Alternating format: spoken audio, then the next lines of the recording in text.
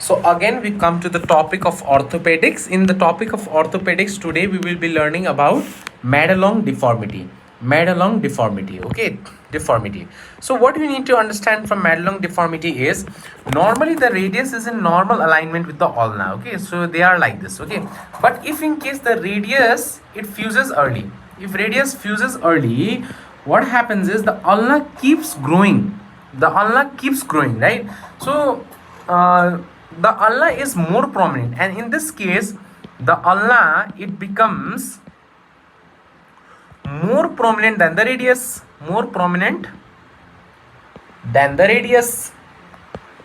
Okay, so this will actually lead to something which is known as a dinner fork deformity. Now where have you learned this dinner fork deformity? You have learned dinner fork deformity in your Colles fracture.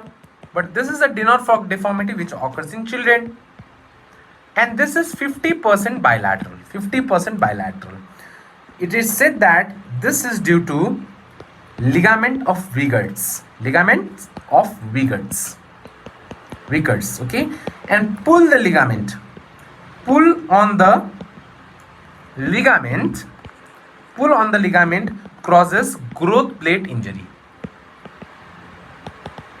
Causes growth plate injury, and that will lead to basically it will lead to volar or dorsal subluxation of hand, and this is known as Medulung deformity. Okay, let me show you the pictures for Medulung deformity. So you see here, this is dinner fork deformity, but this dinner fork deformity is seen in children. It is seen in children. So if the distal end of the radius, if it fuses early, then there will be dinner fork deformity. It is 50% is bilateral. You can see that there is a Wigert's ligament. There is a Wigert's ligament. Okay, there is a Wigert's ligament, and this Wigert's ligament is basically attaches the carpal bone to the distal end of the radius. Okay, and if there is a pull of this Wigert's ligament, then there is high probability. There is high probability that there will lead to growth plate injury of the radius. Okay, growth plate injury of the radius. Now, what happens due to this one?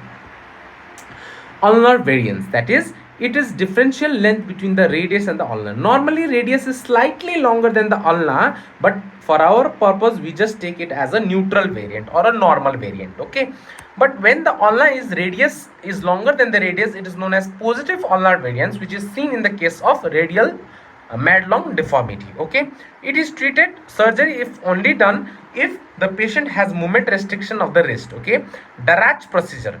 Darach procedure is the resection of the terminal end of the ulna, which is basically seen. You can see here volar subluxation, volar and angular angulation, and distal prominent ulna. Can you memorize with this one? This is the ligament of Wigert's, which is attached to the radius to the carpal bone. So any pull to the Wigert's ligament, can actually lead to Medulung deformity. Medulung deformity.